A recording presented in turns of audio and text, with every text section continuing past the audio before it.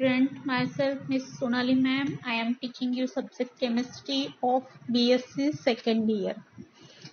In chemistry subject of BSc second year, तो आज हम स्टडी करने वाले हैं जो आपको दिया है, that is the classification of volumetric method. ठीक है, वॉल्यूमेट्रिक और उसको टीटीमेट्रिक भी बोला जाता है. तो वॉल्यूमेट्रिक मेथड है, उसको आपने कैसे क्लासिफाई किया है? तो उसमें फर्स्ट जो है that is the acid base और neutralisation titration.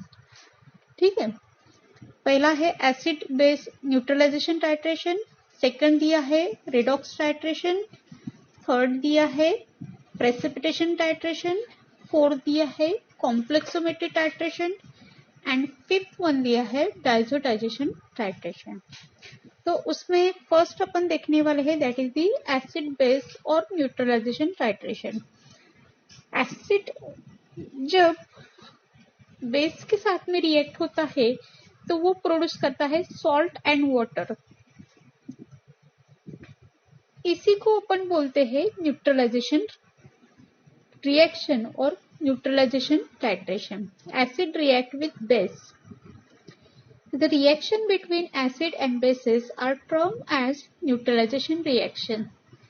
The determination of strength of acid solution by using base of known strength called as acidometry. मतलब एसिड बेस के साथ में रिएक्ट करते हैं, लेकिन बेस की स्ट्रेंथ अगर अपन को नोन होती है तो उसको बोला जाता है एसिडोमेट्री. Whereas strength of base solution determined by titration with acid known as strength is termed as alkalimetry.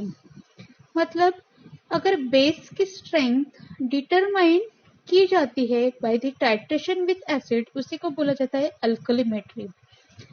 इसमें जो इंडिकेटर यूज किया जाता है वो क्या इंडिकेट करता है? तो and point of the titration.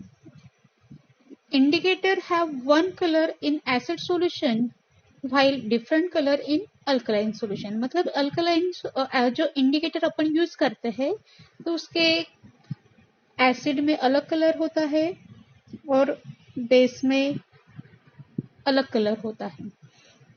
The pH of the solution could be equal to greater or less than depending on negative strength of acid and alkali. मतलब उसकी जो स्ट्रेंथ होती है pH वो इक्वल भी हो सकती है, ज्यादा भी हो सकती है और उसकी कम भी हो सकती है, depending upon strength of acid and alkali. तो एसिड बेस टाइट्रेशन के क्लासिफिकेशन कौन कौन से है? तो फर्स्ट है titration of strong acid with strong base, that is the titration of HCl with NaOH. Second है titration of strong acid with weak base, that is the titration of HCl and with NH4OH. Strong acid strong base के साथ में, strong acid weak base के साथ में. Third है titration of weak acid with strong base, that is the titration of CH3COH with NaOH. Then fourth है titration of weak acid and weak base, that is the titration of CH3COH with NH4OH. That is the types of acid base titration. Simple में मतलब अपन बोलते हैं कि strong acid के साथ में strong base, strong acid के साथ में वीक बेस, वीक एसिड के साथ में स्ट्रॉन्ग बेस और वीक एसिड के साथ में week base. That is the types of acid base titration. उसके बाद में जो है volumetric method, that is the redox titration. The titration in which one reactant is oxidized and other is reduced is known as redox titration. मतलब simple इसमें अपन बोलेंगे redox मतलब जिसमें रिडक्शन भी होता है और ऑक्सीडेशन भी होता है, उसको बोला जाता है रेडॉक्स टाइट्रेशन. और उसमें क्या होता है कि जो वन रिएक्टेंट है वो ऑक्सीडाइज होता है, अदर क्या होता है? रिड्यूस होता है. देन थर्ड है precipitation titration. The precipitation titration involve the formation of an insoluble precipitate water reactant are mixed together. ठीक है, मतलब जो प्रेसिपिटेशन है, पीपीटी जहां पे फॉर्म होती है वहां पे क्या होता है कि इनसोल्युबल पीपीटी वो रिएक्टेंट के साथ में मिक्सअप होती है. सिंपल एग्जांपल दिया है कि सिल्वर नाइट्रेट है, plus sodium chloride, it gives AgCl plus NaNO3। मतलब सिल्वर नाइट्रेट सोडियम क्लोराइड के साथ में रिएक्ट होता है तो वो सिल्वर क्लोराइड तैयार करता है और सोडियम नाइट्रेट तैयार करता है। फोर्थ है complexometric titration, the titration in which stable, soluble and stoichiometric complex is form by the reaction between the metal ion and complexing agent is called as complexometric titration. मतलब जो titration है उसमें stable, soluble और complex form जहां पे होता है उसको बोला जाता है कॉम्प्लेक्सोमेट्रिक टाइट्रेशन। यहाँ पे एक एग्जांपल दिया है कि जिंक Zn डाई पॉजिटिव जो आयन है वो Na2H2 EDTA के साथ में रिएक्ट होता है। EDTA that is ethylene diamine tetra acetic acid, उसके साथ में अगर रिएक्ट होता है तो वो एक कोऑर्डिनेशन कंपाउंड तैयार करता है that is the zinc complex. और जिंक कॉम्प्लेक्स मतलब जो कॉम्प्लेक्स कंपाउंड जो तैयार होता है उसी रिएक्शन को बोला जाता है कॉम्प्लेक्सोमेट्रिक टाइट्रेशन।